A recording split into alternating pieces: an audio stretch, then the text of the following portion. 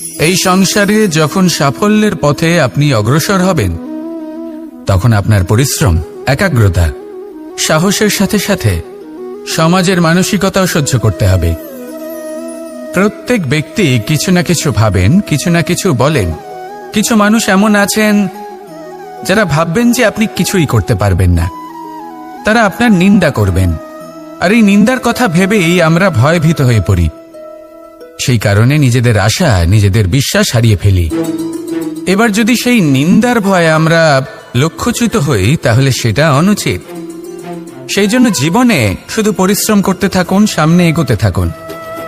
যেই দিন আপনি আপনার লক্ষ্য লাভ করবেন, সেই প্রত্যেক ব্যক্তি যারা নিন্দা করছিলেন তাদের দৃষ্টি আপনা থেকেই পাল্টে যাবে, ঠিক কিনা?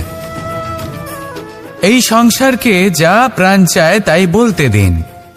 যদি আপনি কারোর কথা শুনতে চান, তাহলে নিজের অন্তরের কথা শুনুন, সেটাই আপনাকে উচিত পথে নিয়ে যাবে।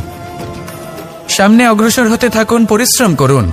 এমন একটা দিন আসবে যেদিন এই নিন্দুক ব্যক্তিরা আপনার লক্ষ্য প্রাপ্তির উদাহরণ সবাইকে দেবে।